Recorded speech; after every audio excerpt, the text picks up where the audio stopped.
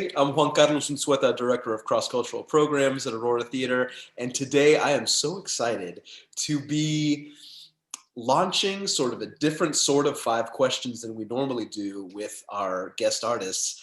Today, we're doing a live interview because it's 2020 and the pandemic, so why not? So I would like to introduce you to one of the most talented friends of mine, who I am so blessed to count amongst my family. So here we have my friend Lorraine Rodríguez-Reyes, writer and star of MAMI Confessions. Hola. Hola.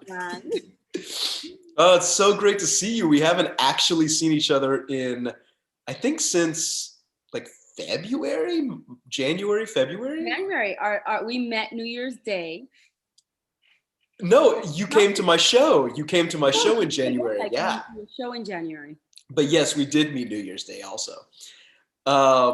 So Lorraine is, since I moved to Atlanta, I have been so blessed to meet many wonderful, strong Latinas, women who are out in the industry, who are creating work, who are mothers, many of them, and who, in spite of having a million balls in the air juggling, they managed to get on a Zoom call looking gorgeous and ready to, interact with us and answer some questions for our Aurora family at home. So let's jump into it. Are you ready? Yes. Awesome. All right, so this should be an easy one. Who is Lorraine? Ay, bendito. Who am I not? It's interesting. It's besides the obvious, I'm, a wife, a mother, a daughter, a sister, a friend, a comadre.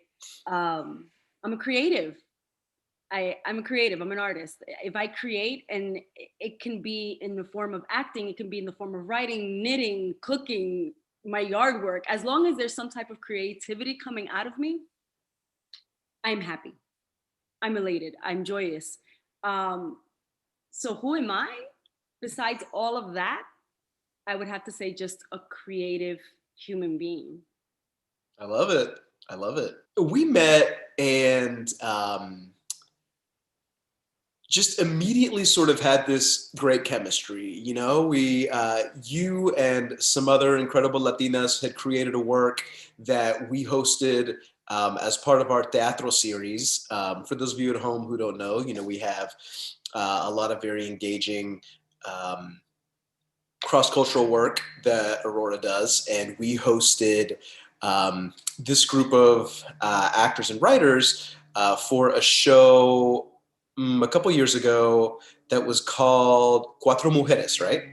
Yes. 4 women. Yeah, they had just taken it to a theater festival in Mexico, and we were so excited to be able to present it at Aurora. But out of that, Lorraine and I got into some great creative conversations. And she told me that she had created this piece that had been in a festival in New York and been very well received, and that she was continuing to mold with the director here in the South. So let's briefly talk about that. Talk about coming from New York down here to the South.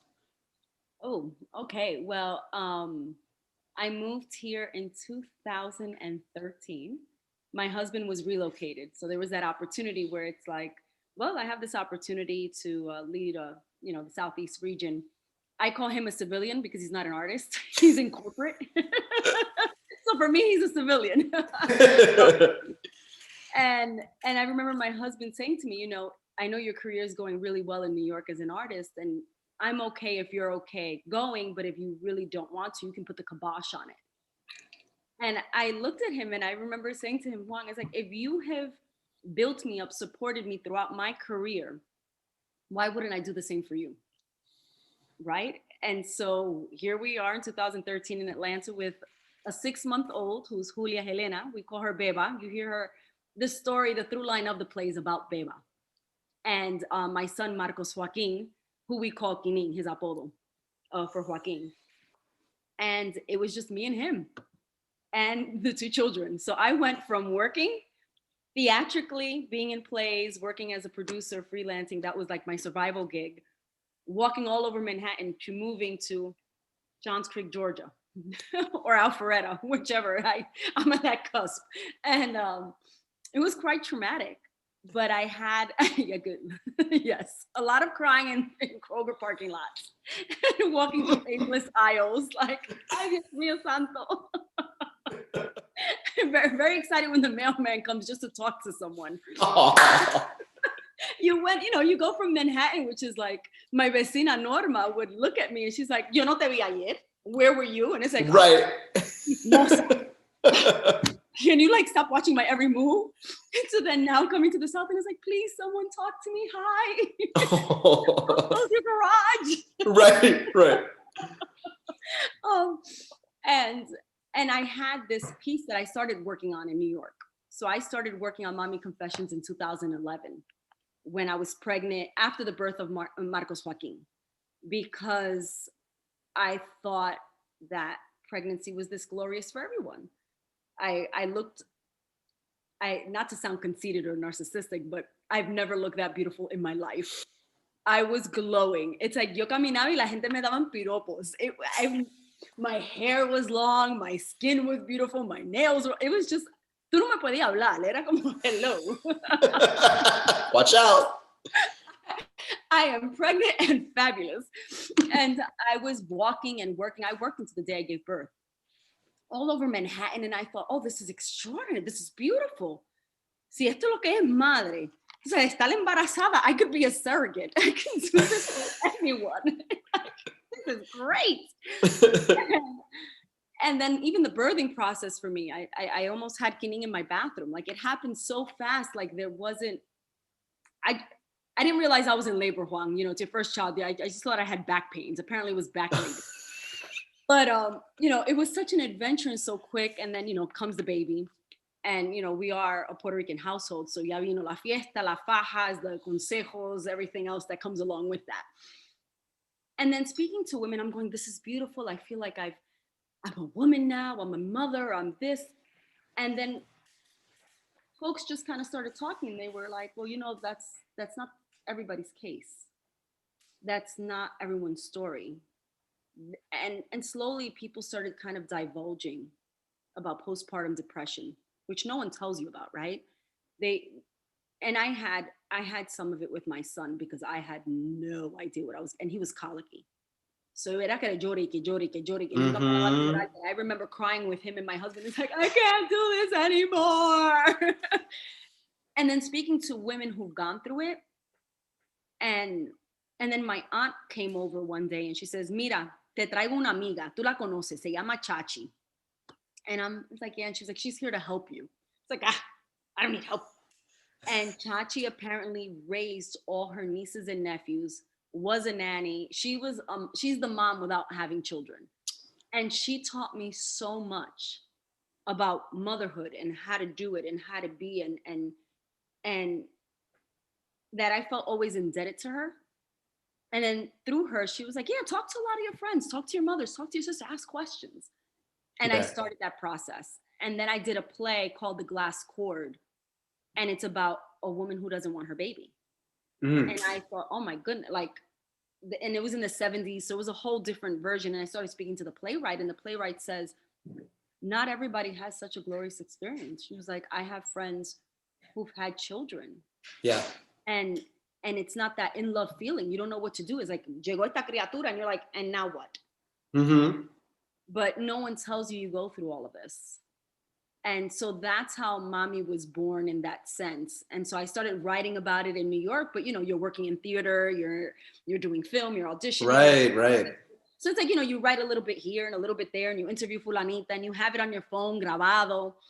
But, it's like there. You move to Atlanta and it's like, ¿qué diablo hago? What do I do now? ¿Qué hago ahora? And I just sat when the kids slept in the room and transcribed all the interviews and Okay. sat there and typed them all up. Yeah. And it's like, okay, I have them. What do I do now? What Right. happened? And I received an email from Veronica Caicedo from the One Festival in New York asking submissions, just general math emails. Mm-hmm. And I'm thinking, okay, maybe I can do this. And Julia was turning 1. And I took the entire manuscript, like everything, todo. Like when I tell you, Juan, era un arroz con zambumbia. Like it was just, and I sent her a letter. I was like, Veronica, and I know her from the New York theater scene. And I said, Uh-huh. this is not polished. It needs to be, worked on. This is raw material. I would love to submit to the festival. Here you go. And she accepted me to the festival. Will you explain really briefly? This is another one of my questions. What is the One Festival? The One Festival is basically like a solo performance festival, a show of monologues. So it's only everything is one woman. Shows not one woman. I'm sorry, one person. Sure. I just happen to be a woman that was doing it. One person shows, and they have this festival that happens in New York. And when you win, then you win a full production of it. And I was very blessed to win the festival, and Teatro Círculo produced it that summer. And then through that, the Kitchen Theater in Ithaca, New York brought me to Ithaca to do it at their theater. Nice. And then I thought Mommy was sleeping. Like, it's like, okay, Mommy's asleep. And we started working with, I met Maria Eugenia and Limara and Iris, and we started working on Cuatro Mujeres. Those are the other 3 women that I mentioned before that Lorraine did Cuatro Mujeres with. Sorry, backstory. Story, right? And so Maria Eugenia and I are very good friends. And so she brought me along and we started writing that and doing that. And I put Mommy to sleep. Like I thought, Mommy ya se terminó, tú sabes. And I was like, yeah, I'll get to it. I'll start writing the male component. Like I have these ideas that I would like to add the male voice to this. And then one day laying on an X in the Aurora, the way I always lay on an X before rehearsal and doing my who's and my ha's and my uhs. So actory. Shaking about. And then I had a lovely conversation with you, and then Mommy came up and I took the dust off the manuscript and the play, and I was blessed to bring her for her Atlanta premiere. Was 2019. 2019, yep. No, it was so great. It was just one weekend, and we had great audiences, a lot of great engagement. It was very special, and I'm so happy that we were able to provide that opportunity for you. It was magical. Let's see. Let me get back to my list so to keep us on track here. Well, this is a good segue. So in 2019, you performed Mami in our studio space, the same space we filmed in, right? Talk a little bit to the difference between having that live audience there and that interaction, because, when you see Mami Confessions in person, Lorraine is very interactive. She sometimes sits in the audience, talking to those people around her. Like any one-person show, it's very much about connecting with those who are viewing. So speak to the difference between that and in this situation now, filming the piece. What did you tweak? Do you feel like you leaned into your TV and film acting sort of training, knowing that the camera was going to be close up and that kind of thing? So speak to those differences. Well, it's vastly different. Oh my goodness. Because Mami starts off with, in the Aurora, we had Milton, who's our set designer and projection designer. Yeah. Projections. He's the entire production designer. He has a guayabera on and he's selling CERVECITAS. And so we have it set in a backyard in a barbecue, and it's supposed to invite you in, as you say, and you're invited to the party. And I come in from the audience when we did it live and I come in with sandwichitos de mezcla and I start talking to everyone and it's like, so if Juan, you're in the audience and I know you, obviously, I will go, hola Juan, ¿cómo está? ¿Cómo está, chico? And I'll even sit there and ask like, ¿y cómo están los nenes? Y el trabajo? Right. And I had one woman who showed up late and it's like, ay nena, espérate, todo el mundo espérate. Ella se tiene que sentar. And I would help her with her crutches. Help her find her seat. Yeah, of course. So it was so interactive. And so it feels like you are in a party and you are the host and making sure everybody gets to know each other. And then the characters did go into the audience and sit down and I had specific chairs laid out to talk to them. So that energy is so palpable and so contagious to help you in your storytelling. It takes you on the emotional roller coaster. And me to you and you to me as well, you know, like it's just a give and take. Right. And filming, though everyone was so wonderful, Sharon and Milton and Susan and Ashley and Daniel and they were all there just talking, being there with their cameras, and you could tell they were trying to give me as much energy as possible. Like you felt it, like they're trying not to snicker because of the camera. They have to be very quiet. And then you see this camera right in front of you and it's like, okay, bring it down. Your arms can't go out like this. Bring it down, bring it down. So it is the film training comes in and you're like, okay, ahora no puedo hacer así como hago. Right, right. Tone it back, tone it back. No sea tan exagerada. And still making it. What was really lovely is that Susan, my director, gave me the ability and the freedom to do the wide shot. So in film, we always have a wide shot, which gives you your scene. You know, it's like your first set. You do that in anything you film, they do a wide shot. You know, where are we? What are we doing? Who's there? Right. And then they'll go in for the insert. So we did the whole show in wide first. So I was able to kind of take that ride. So it felt very much like a dress rehearsal. So that part, the fact that you were able to make that teatrito a soundstage was so impressive. It was really beautiful and impressive, and their camera work. We had 3 cameras all around. So there's the blocking did change. So where I would go more either stage left or more stage right, I had to keep it very contained and very mindful of where the camera line and also my mic, because I'm very loud naturally. And so it's like, oh, I think I just blew Daniel's ears. You know, the pop. So trying to also keep your voice at a level where you don't blow out the mic. Yeah. Yeah. No, I tell you what, in this pivot that we've had to make during these sort of unprecedented times, and we've gone to filming a lot of our content, the work that our technical team, Daniel Pope, Ashley Hogan, John Sandemeyer, like the 3 of them with the cameras, and then Ashley and Daniel with the editing, they're doing some really, they're doing the work of a crew of people, and they're just 3 people. It's been very, very, very impressive. Absolutely. Talk to us about maybe the best advice you've ever received from your mommy. Ay, Dios mío. My mother is full of consejos. Aren't they all though? Aren't most mommies full of advice? The conversation starts with "Hola, mami, bendición," and she's like, "Ya sabes." It depends on what point of life I'm in, right? Okay. Yeah. So the consejo when I was little that she always had for me was, dime con quién tú andas y yo diré quién eres. And that was one of those in English is, tell me who you walk with and I tell you who you are. Kind of like birds of a feather flock together. Yeah, yeah. And I remember telling her, no, mommy, that's not true. I can be friends with everybody. Nobody's going to judge me on what they're doing. And then the viejitas from church are like, Yeah. So that was her quote early on, which then I realized translated into college, like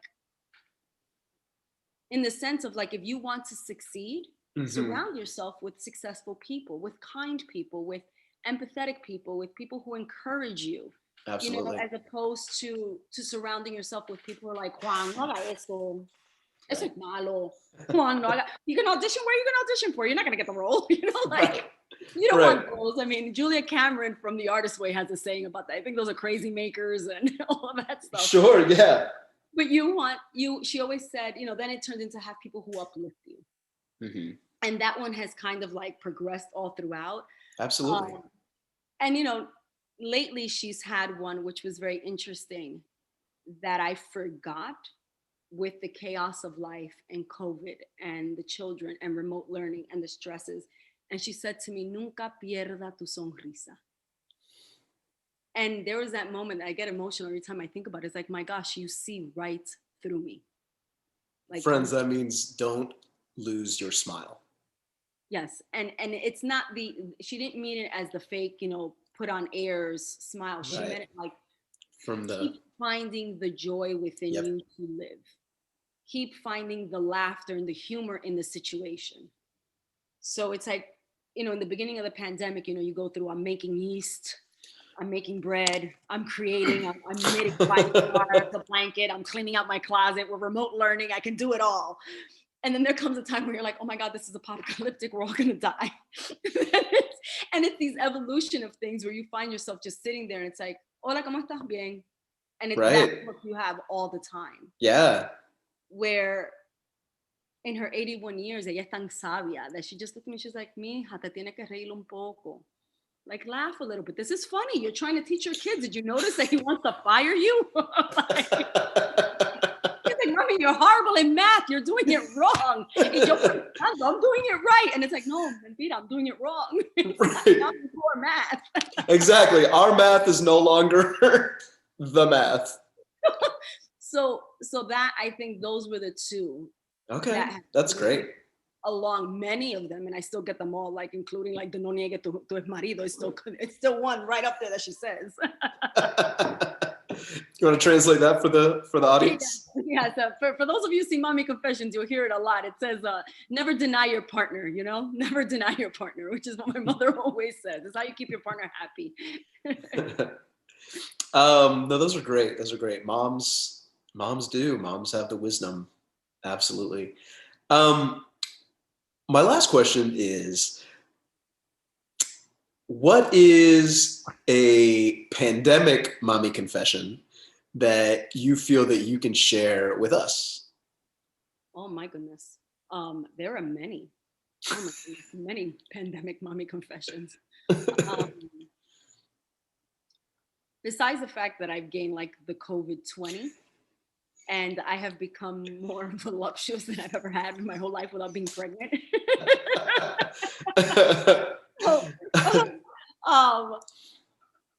For me would be the understanding that it's okay not to be perfect, that it's okay to say, I'm sorry, I can't get on the Zoom call today. I can't put on a smile right now. I'm scared. I'm fearful, or say even like in the midst of all this time, I'm having a great time.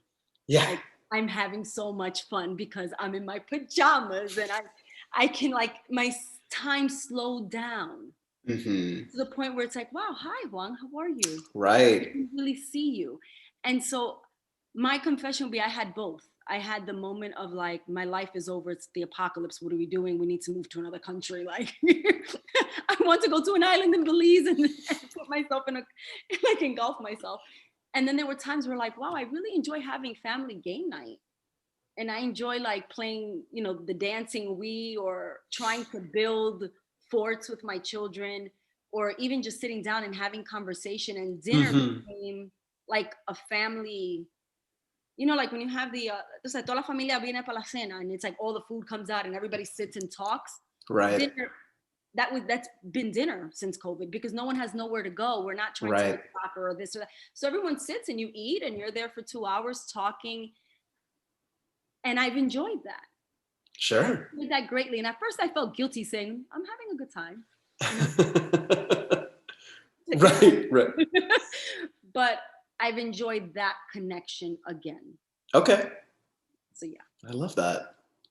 Listen, I've loved this time that we've been able to share together, you and I. For those who don't know, actually many of you don't know, Lorraine is like my artist buddy. We have artist dates. And we had so many planned for 2020, but look what has happened. We had museum trips, theater outings, we had all kinds of stuff planned.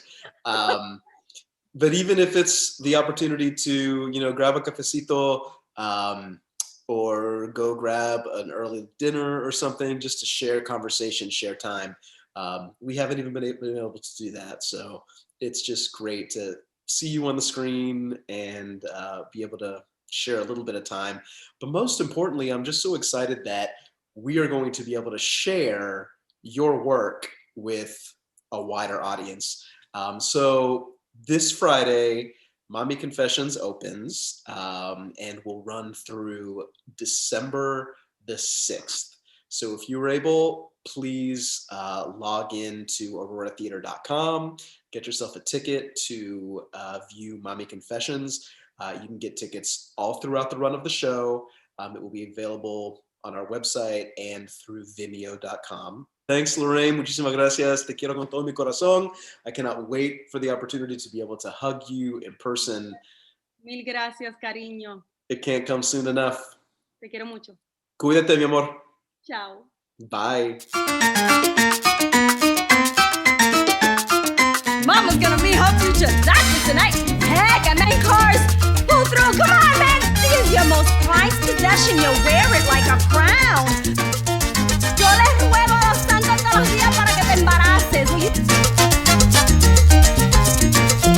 Oh, bueno, pa' gozar. Mulata, tan, tan, tan, tan, tan. You feel safe? I keep sharpening my I'm ovulating! Woo! Sex now! Walking back and forth and water's just gushing out! Tómate esta hierba, it's a miracle fertility tip.